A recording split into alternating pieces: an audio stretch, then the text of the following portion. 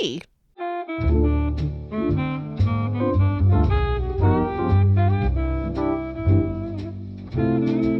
Well, howdy there, folks. If it ain't just your favorite girl in the world, Autumn Brown, she's back to being professional again. Crisis over.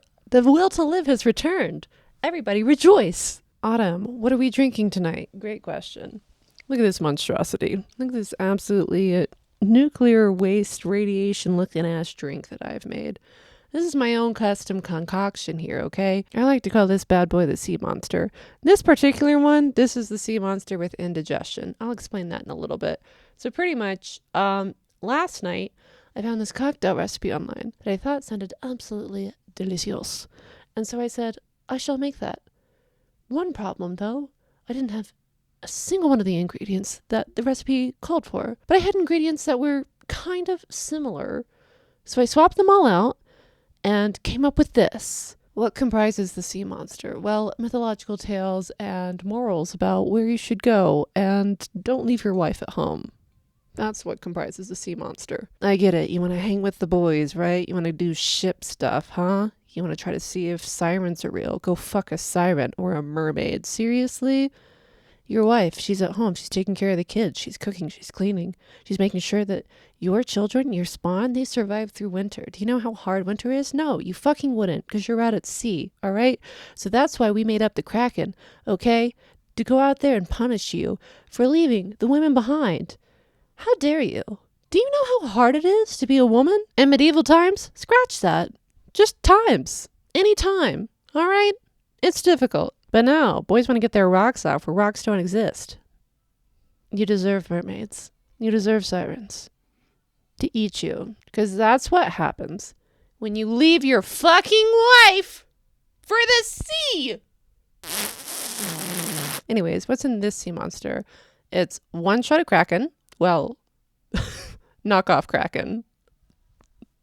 She a broke bitch. Half a shot of blue curacao, half a shot of cinnamon whiskey, exactly 12 dashes of bitters.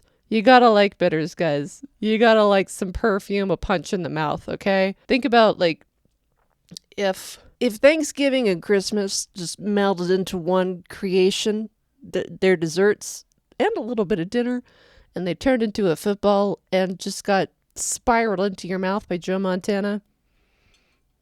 That's this, except he's on a boat, and so are you, being eaten by a sea monster. Top it all off with, I'd say, a 1/4 shot of lime juice. Shake it up with some ice, and you have a sea monster. This is the sea monster with indigestion, though, because I added lime LaCroix to make it last. So,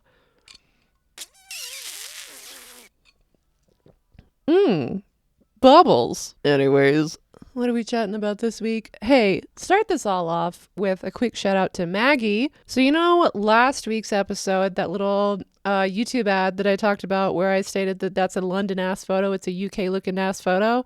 Turns out it's not. Lovely Maggie came into the comments to correct me. And where does that photo take place? Where else would it take place? None other than Paris, aka fake Paris, aka Prague. What are we learning from this, folks? What are we learning? Everything leads back to them, okay?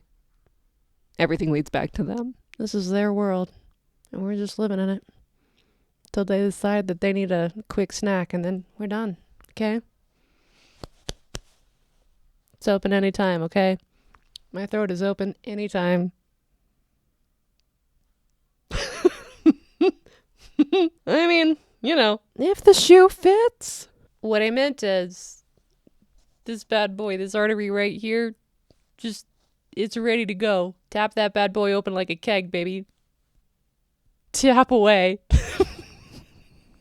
Anyways, speaking of ads, why is every ad on Instagram the same 3 things? Number 1, it's an AI video of just the most mind-boggling bullshit. Like the other day, I came across a video of a bunch of twisting, turning, snakes, giant anacondas, okay? We're talking 2001 anaconda, Jennifer Lopez type snakes, okay? What are they doing? They're in a hole, not a very deep hole, but a hole. And there are two bulldozers standing, watching over this hole, over these snakes in this hole. Why? Who typed that into an AI video prompter? Why did I need to see that? Why did I need to have that image in my head? I didn't. I didn't ask for that. No, nobody asked for that. Except for that one person. Keep it to that one person. I don't want to see it. Why are the snakes in the hole? What are they doing there? Did the bulldozers put them in the hole? If so, why did they do that? Are they trying to contain the snakes? If so, they needed to dig a much deeper hole. Those snakes are huge. They can get out easily. All they need to do is use their core muscles, okay? Maybe they've not been working out. Maybe they've not been hitting their P90X. I don't know, but eventually they will, and they'll be able to get out of that hole. Guys, what are we doing? What are we doing? That doesn't make any sense, which leads me to believe these bulldozers are here. Why would you have bulldozers here in the forest if for no other reason to promote deforestation? They're developing this land, okay? This is a crisis. This is a real crisis in our world. So they're developing the land. They've found these anacondas. They don't want them there. They don't want them bothering their development. So what are they going to do? They're going to shove them in this hole, and they're going to put dirt on top of them, and then they're going to build their development over on top of this hole. And guys, that doesn't make sense, because you know what's going to happen. You can't put that much organic matter underneath your foundation, okay? Do you know what'll happen? It'll rot. They'll decompose. Okay? And you know what happens after they decompose? Your building starts to go all funny, okay? Because underneath the ground that you laid the whole building on top of is crumbling. Because you decided to build on top of all of these giant anacondas. I don't know what they're teaching in business school these days, but that should be on the curriculum. Instagram ads. So it's an AI video of bullshit. It's tarot cards, which, honey, no. If I'm buying tarot cards, it's not going to be from fucking Instagram. Oh my God, I'm so over it. Instagram thinks I'm just like this basic witch bitch. And I like all this like gothy magic spell shit. I do, but not in the way that they think I do. Listen, I'm not buying tarot cards off of fucking Instagram.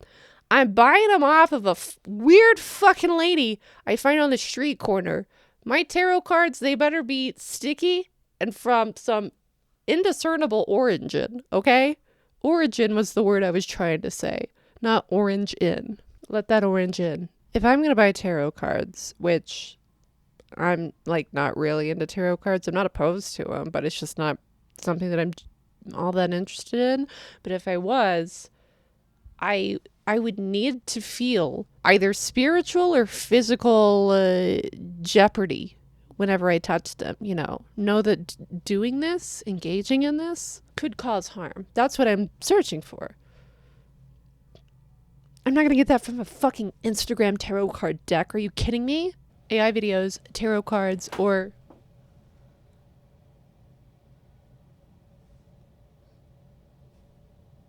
Okay, I think my apartment's just like settling. I heard a noise. Sorry, I heard a noise, but I think it's just like my heater turning on. You hear that? Hi, Henry. Thank you for joining us here today. And bras. Why did they think I need a better bra? Swear to God, every bra that I see an ad for on Instagram, they're like, this bra will change everything. Low on gas, it'll fill your tank, babe. Low on esteem, this bad boy will make your puppies pop like a damn weasel on amphetamines and nitroglycerin. Wish you were blonde? This bra will make everyone think that you're blonde. You'll appear blonde when you wear this bra. Instagram only looked at me and they said, you stupid supernatural bimbo. Your boobs are bad. Fix them. With this one and only bra. But there's like millions of them. So which one is it? Which bra is going to change my life? Because apparently they all are. I've been watching some TV shows this past week. I binged just straight sprinted through English Teacher on FX, aka it's on Hulu. If you know who watches cable anymore, who fucking cares that it's on FX? It's on Hulu. It's excellent. It's superb. It's everything that you wanted from a comedy. It's honestly, it's my favorite show so far. New show. of the year. If you've ever watched Abbott Elementary and thought, like, I like this, but I wish this show could cut me, you should watch English Teacher. It's fantastic. It's so funny. The chemistry, oh my God, the chemistry between everybody, between all of the actors in the show, especially Marquez. Why can't I think of his first name? The main character. Jesus, I can't think of his first name. This is what happens when you binge shows. Details don't last. You should space it out. Ah! Instant gratification will kill you. And his bestie, Gwendolyn. Gwen. Dude. Definition of platonic soulmate. Platonic? Whew. Platonic soulmates. They're a joy to behold. Marky in there too. God, I love him. And the principal, he's so tired and angry and anxious, but loving. And the students, I mean, God, it's like talking to my nieces. It feels legit. Like they've put themselves in teen spaces to understand how they're talking to other people and to their teachers and authority figures. It's very refreshing. It's heartwarming without being too cheesy, you know? And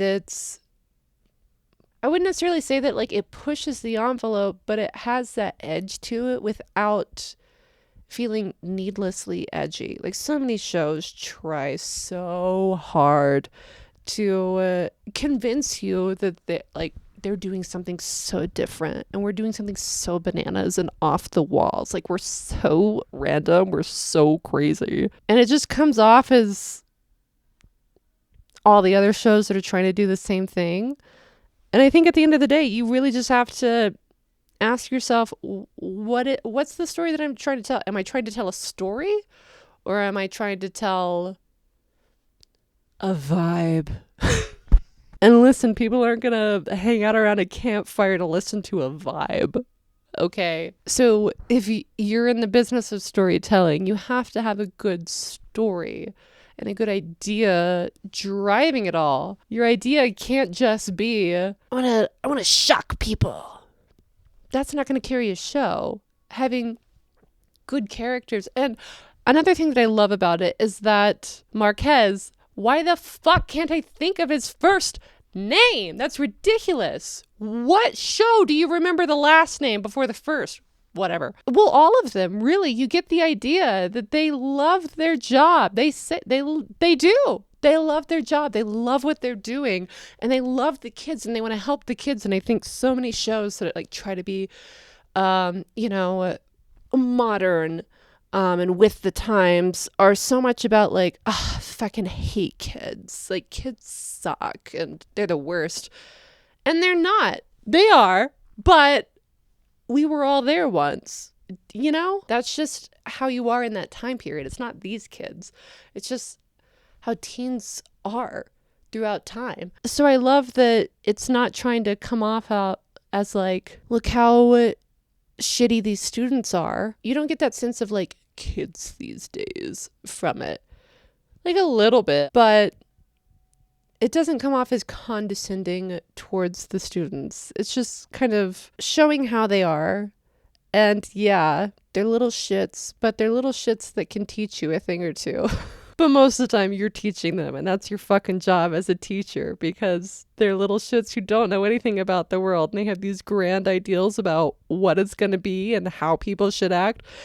And it just doesn't happen in the real life, and you got to expose them to that and just break them in as best you can with love and guidance and sternness sometimes.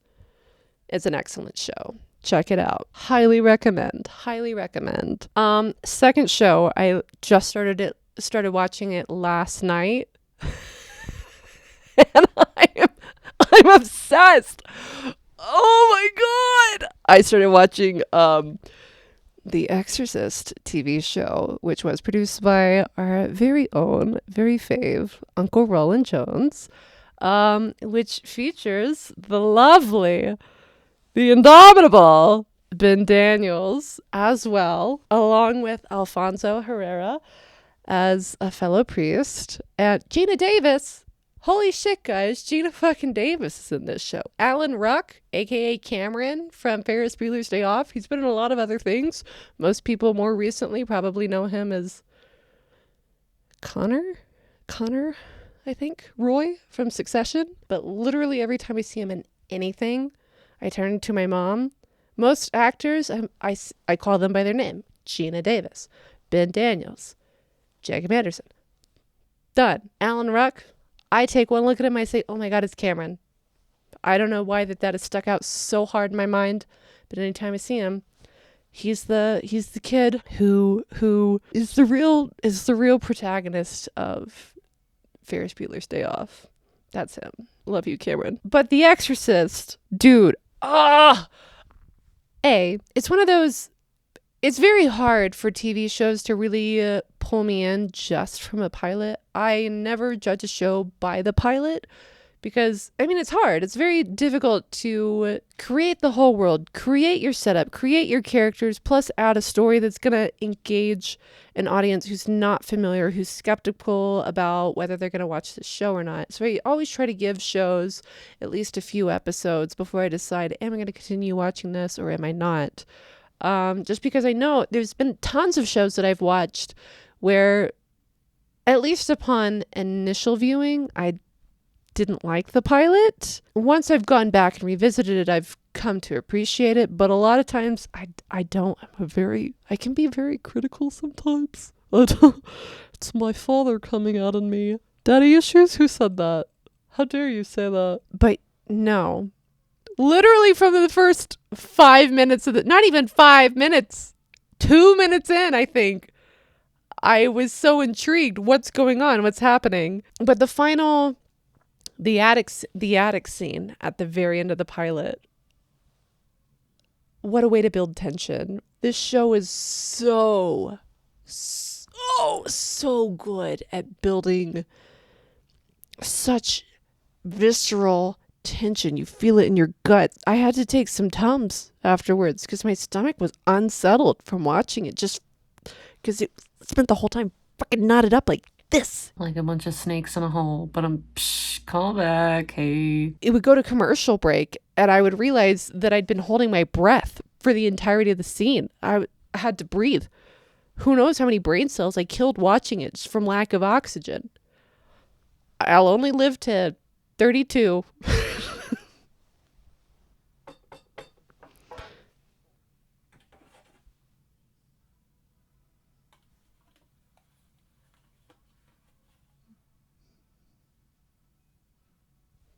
Sorry. There's just like there's a weird noise. My apartment's not haunted. I know that. I've lived in haunted places, so I know what the vibe is like. This is not a haunted apartment, but every now and then there's like a noise. It kind of like throws me off a little bit. Speaking of haunted houses, speaking of haunted houses, Exorcist, but we'll get back to that.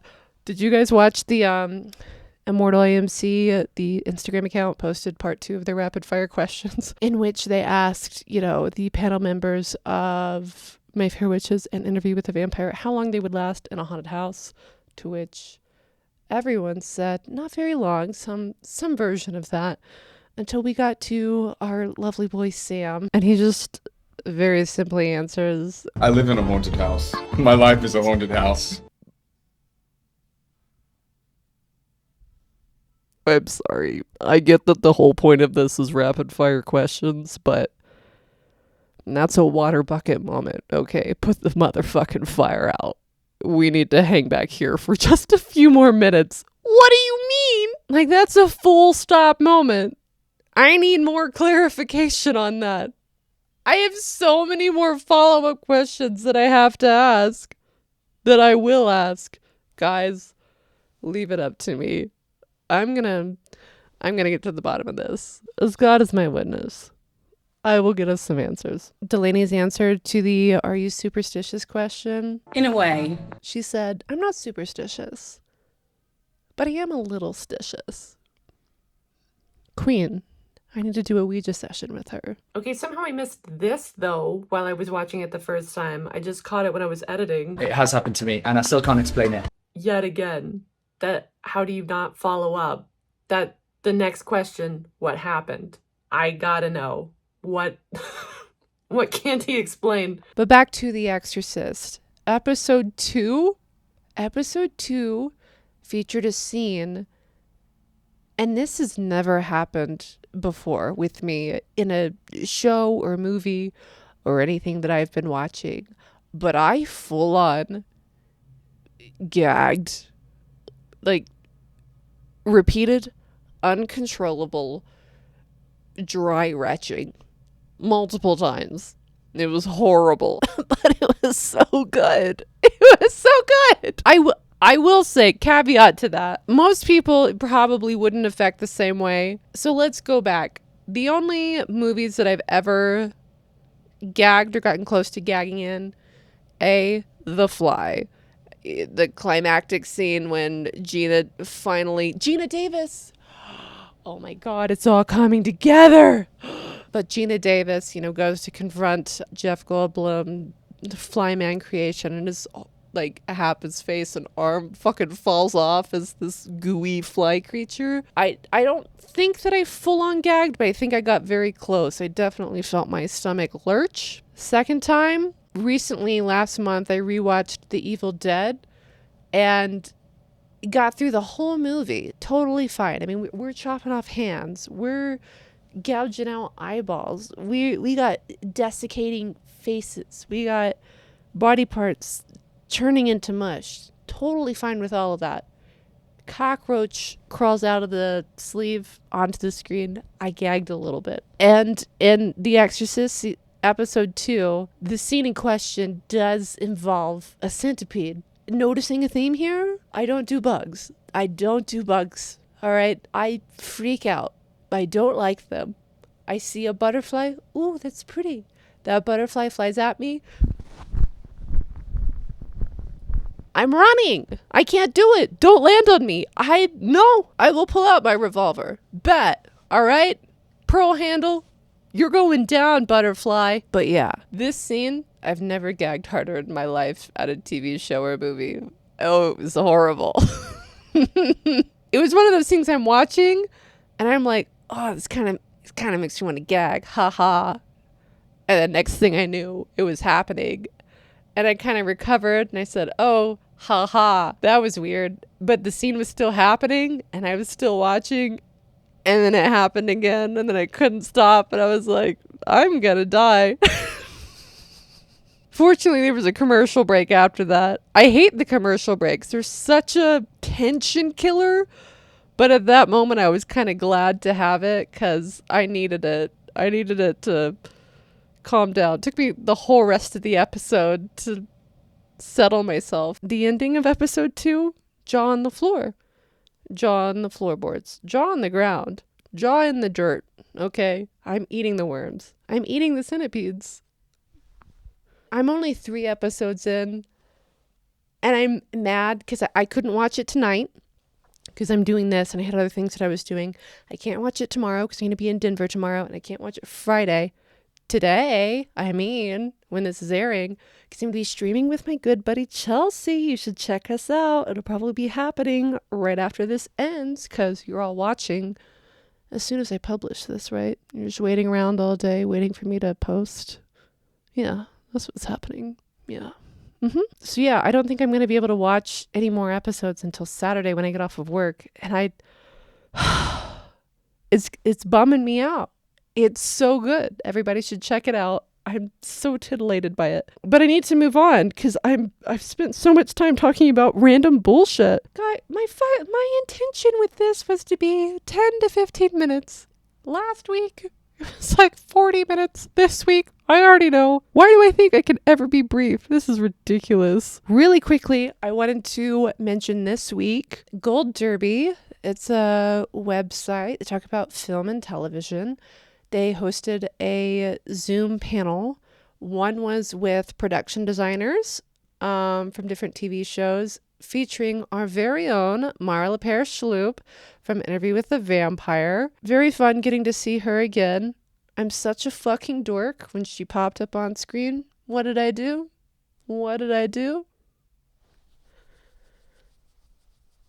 I waved. Like she could see me. She can't. But yeah, I would imagine that they probably posted the panels on their website. Again, it's Gold Derby. I loved getting to hear from her again. I really enjoyed her talking about how they got the exterior shot of the house, at Divisadero for episode 5 in San Francisco. Her talking about being budget conscious. This was supposed to be the bottle episode, so they weren't going to have a team go out and shoot 5 seconds of Louis and Daniel walking up the steps in San Francisco. But they wanted to stay true to the books and, get the real location that was supposed to take place in, that Anne had envisioned for that interview to take place in. Just like talking about too, maintaining like an air of mystery and hauntedness within the show, within the different settings that they shoot in, while also staying authentic and true to the time period, because, she very much didn't want it to be a fantasy. She wanted to set this within real times and real places, and centering around people who just so happen to be vampires. I love hearing from her. If you guys haven't checked out my interview with her, she has just a wealth of information. She's a fascinating woman. She speaks so clearly and beautifully and just in depth. So many details about her work and everything like that. It was lovely. So check that out. Self-promo a little bit. Also, I love the part where the interviewer asked her what she had learned from working on Interview with a Vampire. Her answer, I hate coffins. This woman's dedication to the coffin hate is so admirable. And I quote here, I have never hated a single thing more than the coffins. And then season 2, the number of coffins grows exponentially. Have you found a middle ground with them, or are they still enemy number 1? No, I hate them. I really hate them. Imagine of all the things that, all the knowledge that you must accumulate from working on any show or any project that you do, good and bad, and walking away and saying foremost on your mind is my absolute disdain for a motherfucking coffin. I hope to someday have a mortal enemy that I feel as passionately about as Mara LaPere does about coffins. Gives you a little bit of fire in your life, doesn't it? At the end of it, too, they did a whole panel because they talked with about 5 different production designers from different shows. So at the end, they had a whole panel with all of them talking. And I thought it was really funny how they all were in agreement that they loved sticking behind the scenes. They never wanted to be a director or producer because they didn't want to deal with actors, and that being on camera was the worst for them, and doing Zoom interviews like this was torture. So I would just like to take this opportunity to once again say thank you to Mara LaPere for indulging me for as long as you did and putting up with all the things that went wrong. The call dropping, the Zoom not wanting to record our session, and me trying to figure out how to work around that. You were very patient, and I love you for it. And I know you're not watching, but I hope somewhere in New Orleans you feel a stir in your sleep. Maybe I pop up in your dream, as I will with everybody who watches this. And you just hear me say thank you once again for putting up with me. But also very excitingly, there was another panel for showrunners of different TV shows, including our very own Uncle Rolin. Uncle Rolin. And very first thing I have to say about that, whatever room he was shooting in, if that's his bedroom, I would imagine so, but maybe he's in a hotel, maybe he's not. I don't know. Gorgeous decor. That 4-poster bed. The dressing screen in the background, the chandelier hanging from the ceiling, the lamp, the Art Deco lamp on the wall. Loved it all. I think at one point I even caught glimpses of a curved archway. And if that's the case, when am I moving in? It does kind of remind me of when we had our very first little Zoom interview together with him and Adam. Rolin was very concerned because back then I had mentioned I was supposed to move this year. I'd planned on moving this year, and my move out date was literally May 12th, the premiere date for season 2. And so when we were having this initial Zoom discussion, Rolin expressed very dear concern for my location change, not because of the stress and time constraint that it would put on me to have to move everything, but just the fact that the visuals wouldn't match with the other videos that I'd been producing. And it's kind of the most important thing about my videos is the decor, wouldn't you say? There's a lot of comments on it, and I'd have to agree with them. He was like, I'm just so concerned about this move, you know, because it's not going to look the same. Oh, you're stressed out and don't know how you're going to live your life in a new city? Nah, who gives a shit? What's the video gonna look like? Honestly, if I had moved, I don't think I would have gotten a gig. So thank God, right?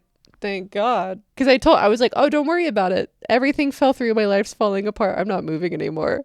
And he was like, oh, cool. Fantastic. I'm just kidding. He's a very loving and caring man.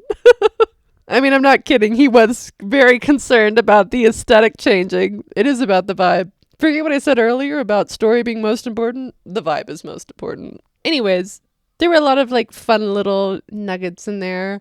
I specifically appreciated him describing what type of show he wanted to make as a nervy, vibrating, weird ass show. And can I just say, the show's not the only thing that's vibrating. My phone is too, from all the textual communications from my interview with the Vampire Mutuals. One of the questions that I really did like, the interviewer I appreciated, asked, you know, it is the Vampire Chronicles has over a dozen books and everything. What's your plan in approaching this and how many seasons you're looking towards? So guys, he said, obviously we're working on season 3 right now, converting the Vampire Lestat. Everybody cheered. And they're looking to tackle Queen of the Damned, Tale of the Body Thief. Like, I knew that we were going towards it, but like, oh my god. Screw the haters. I don't understand the people who don't like Tale of the Body Thief. You can't have a goofy girly time. Get out of my ship. The sea monster's gonna fucking eat you, okay? But Tale of the Body Thief, and then maybe Memnock. I know.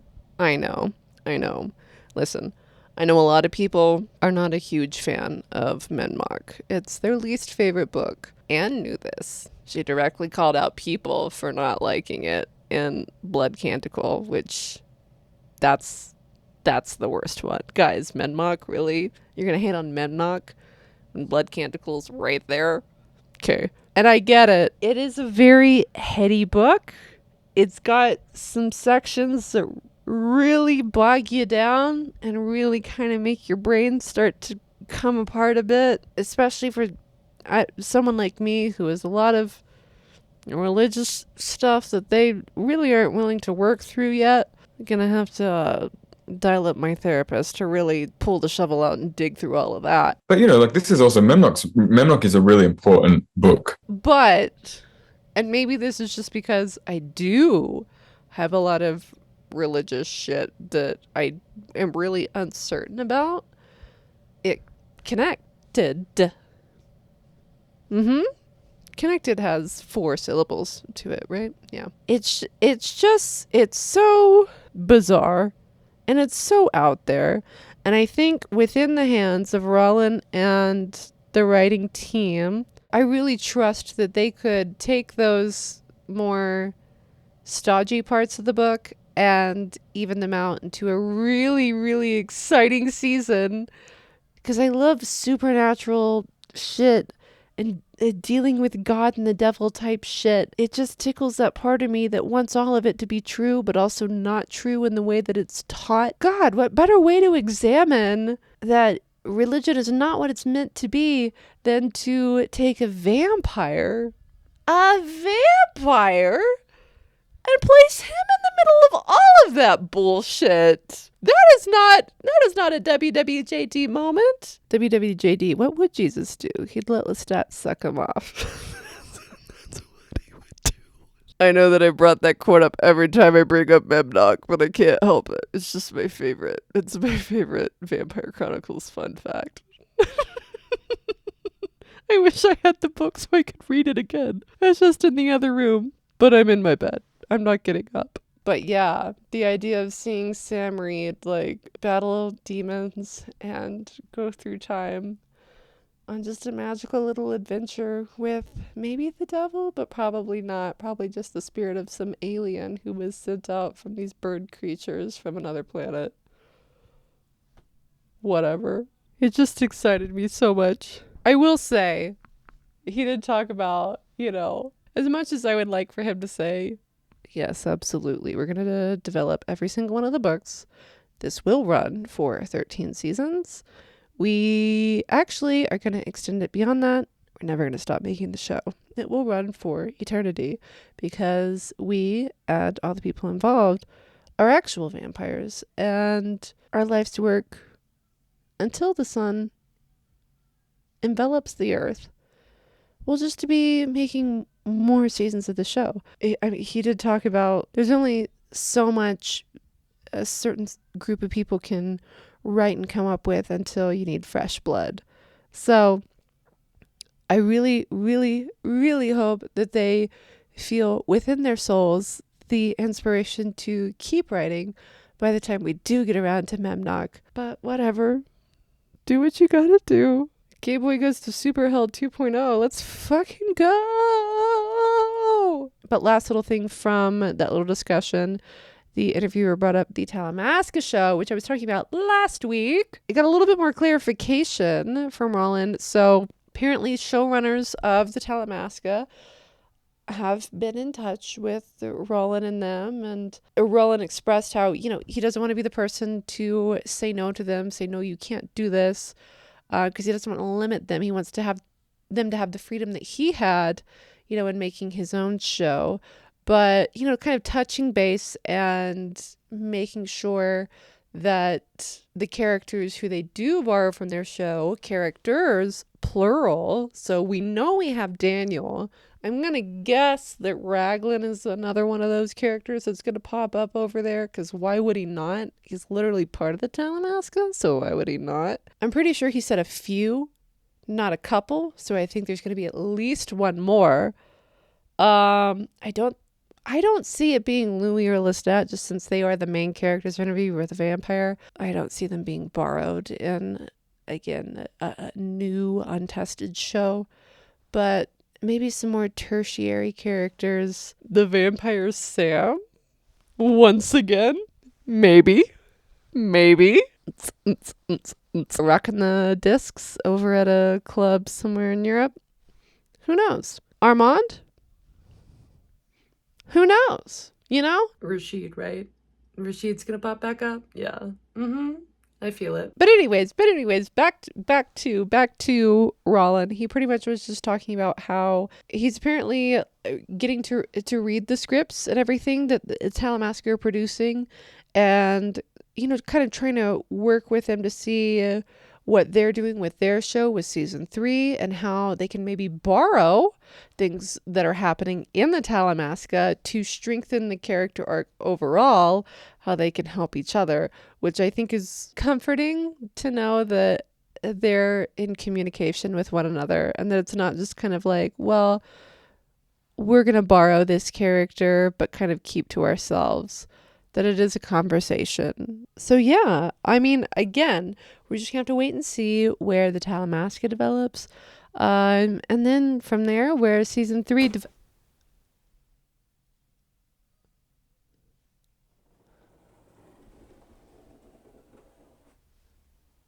Dude, I don't know what the fuck is going on. That's the third fucking time I heard the same freaking noise or something. I don't know. All I'm saying is, if this is the last you hear from me, love you guys. Make sure my funeral's a party. Ghost,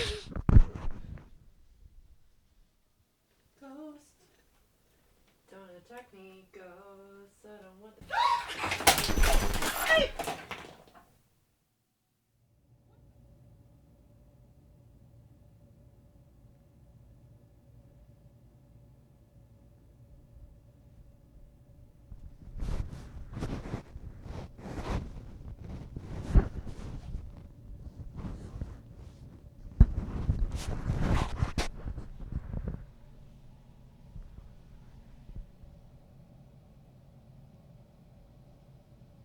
Hello. That's all that Autumn has for this week. Good night. And remember, I'll be seeing you in your dreams. If you see me, don't run away.